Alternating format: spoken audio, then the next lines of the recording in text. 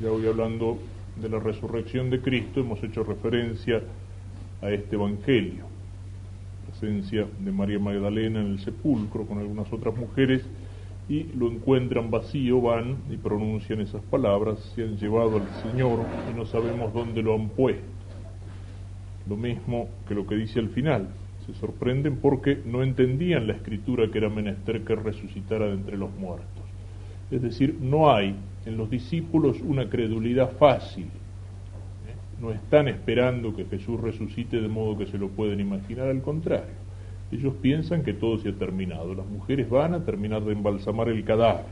María Magdalena, cuando ve el sepulcro abierto, no piensa resucitó, piensa se lo han llevado, y los apóstoles corren a ver qué pasa. Lo que encuentran allí ya lo decíamos, esos signos, al ver cómo está la sábana, cómo está aquel lienzo de la cabeza y la desaparición de Cristo, un signo de que Cristo está allí, se ha ido de allí, pero que nadie lo ha sacado, nadie se lo ha llevado. Signos en los cuales San Juan reconoce la resurrección. Hay otro elemento que podemos señalar en este evangelio. Los que van corriendo al sepulcro son Simón Pedro, dice, y el otro discípulo al que Jesús amaba. O sea, Juan vela su nombre en todo el evangelio, pero se refiere así. Jesús tenía un particular afecto por este discípulo que va a ser el que está al pie de la cruz, que es aquel en el cual durante la cena Cristo tenía su cabeza recostada sobre el pecho, y testigo presencial de todos estos hechos, que da testimonio para que nosotros creamos. Llegan corriendo al sepulcro. Juan era más joven, corre más ligero, llega primero. Pedro, que era más viejo, se atrasa en el camino. Sin embargo, Juan se detiene a la puerta del sepulcro y no entra, espera que llegue Pedro. A pesar de que Juan ha estado junto a la cruz, ha sido fiel, ha sido el único que no se escapó, ni se escondió, ni negó, ni traicionó, y de que Pedro ha negado, Juan reconoce la jerarquía de Pedro. Juan le reconoce la jerarquía. Juan sabe, Juan ha escuchado las palabras de Cristo: tú eres Pedro y sobre esta piedra edificaré mi iglesia. Sabe que va a ser el representante, el vicario de Cristo, la piedra sobre la cual se edifica la iglesia.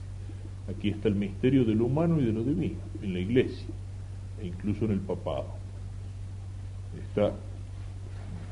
Una cosa son las fallas humanas, es la debilidad que puede tener la persona y que lo lleva, como en el caso de Pedro, incluso amando intensamente a Cristo, pero la debilidad lo lleva, la cobardía, el respeto humano lo lleva en un momento a negarlo, aunque después se arrepienta.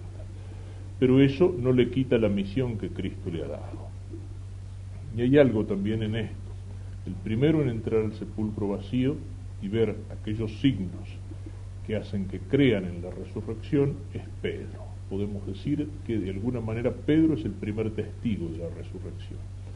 Aparte de las apariciones que nos cuenta el Evangelio, San Pablo hace referencia a que se le apareció a Pedro, y también las mujeres dicen, los apóstoles cuando reciben a los discípulos de Maús dicen: el Señor se ha aparecido a Pedro, pero no sabemos más nada de esta primera aparición.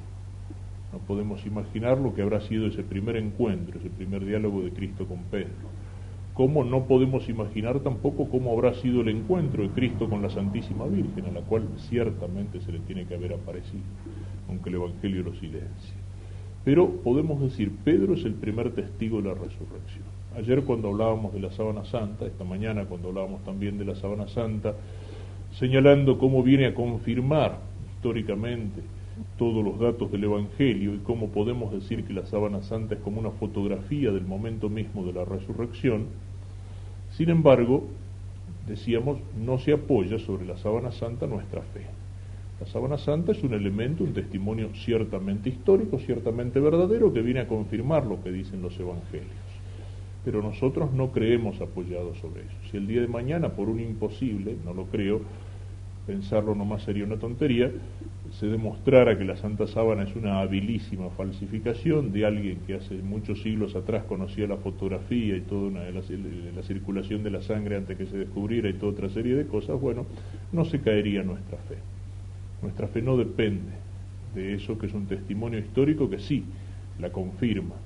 Nuestra fe depende del testimonio de la Iglesia, del testimonio de Pedro. Pedro es el primer testigo de la resurrección y nosotros recibimos el testimonio de Pedro. Y nosotros lo recibimos, quiero decir, la Iglesia Católica, entre todos los cristianos que creen en Cristo, que utilizan o que llevan el nombre de cristianos. Cristo no fundó un montón de sectas, Cristo fundó una iglesia. Y esa iglesia Cristo quiso que estuviera fundada sobre la roca que es Pedro.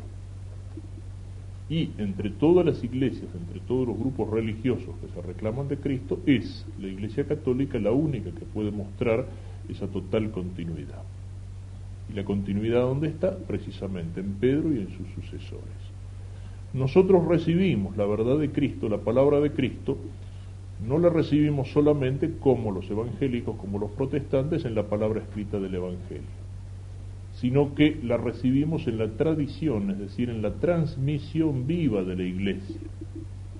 Cuando el Papa Juan Pablo II sale esta mañana, como lo hace todo las mañanas del domingo de resurrección, después de la misa sale al balcón de la Basílica de San Pedro sobre la plaza y desde allí saluda al pueblo en distintas lenguas, pronuncia, qué sé yo, a veces como en 20 idiomas, la palabra Cristo ha resucitado.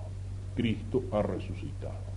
Pues bien, esas palabras del Papa Juan Pablo II son el testimonio de Pedro que ha sido transmitido hasta nosotros en la transmisión viva de la Iglesia.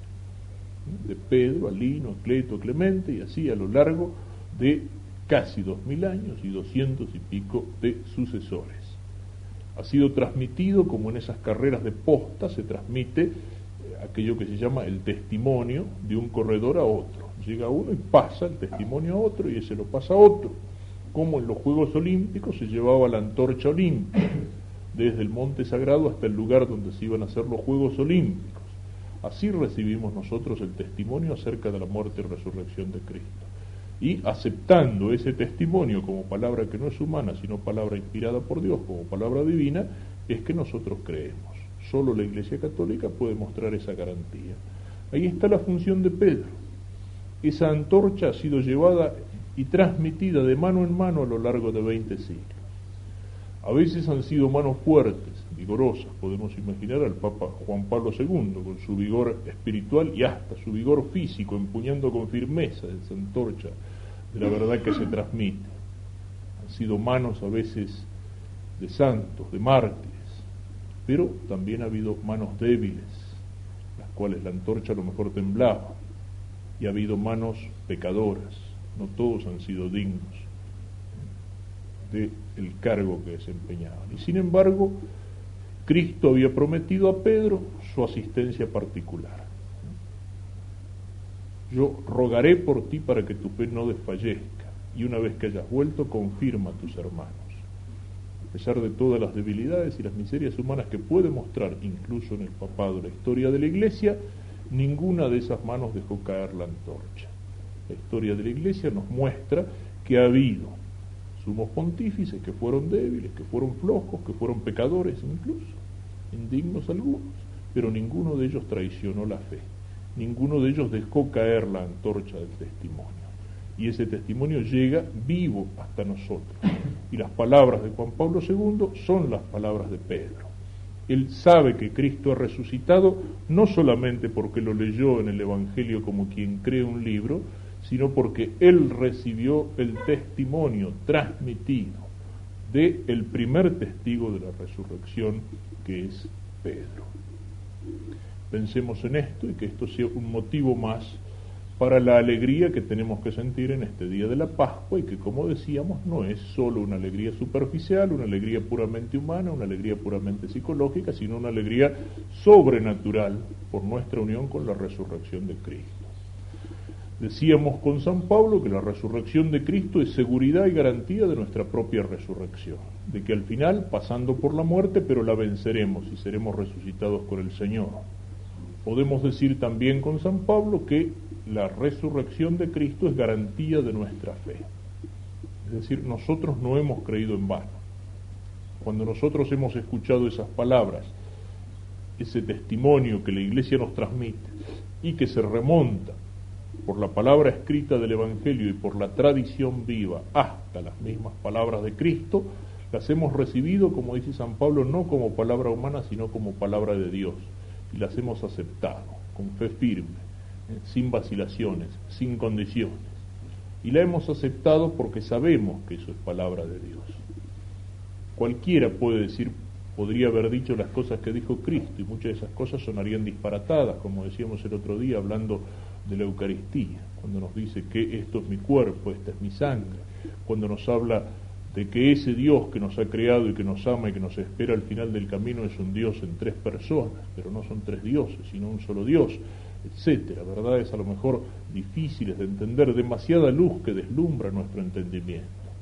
Pero nosotros las creemos sin vacilación porque sabemos que esas palabras no son las palabras de un loco que se creyó Dios, no son las palabras de uno de los tantos profetas iluminados que aparecen como hongos en nuestros tiempos, de uno de los tantos guruses o fundadores de secta, o de estos señores que hacen reuniones de milagros y de curación y funda cada uno su boliche propio, su iglesia particular.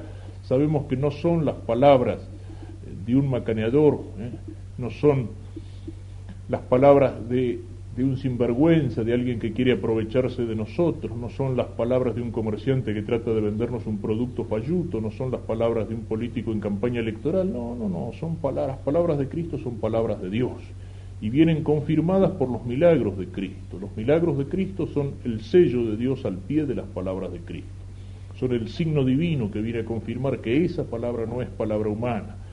Cristo dice, y dice cosas difíciles, tremendas, exigencias grandes, pero Cristo confirma eso con sus milagros.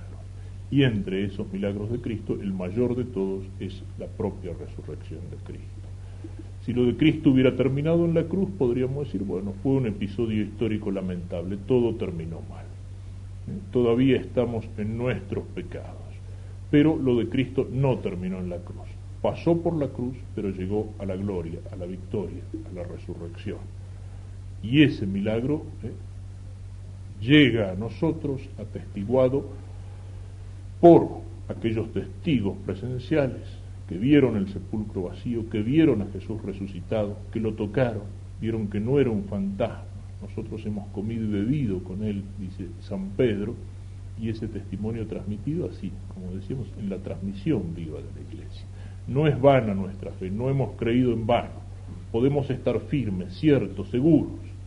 Vale la pena escuchar esa palabra, vale la pena seguir el llamado de ese Rey, aunque para seguirlo en la resurrección, en la gloria y en la victoria tengamos que pasar por el Calvario y tengamos que pasar por la cruz. Vale la pena seguirlo. La lucha puede ser difícil, el camino puede ser largo. Muchas veces puede parecernos nuevamente que como en el Viernes Santo las tinieblas cubren o nuestra alma o cubren la tierra. Pero mientras mantengamos esa seguridad, esa certeza, que no se apoya en nosotros ni en motivos humanos, sino en la palabra de Cristo y en las promesas de Cristo, y en la garantía que nos da la victoria de Cristo en su resurrección, la lucha no será en vano.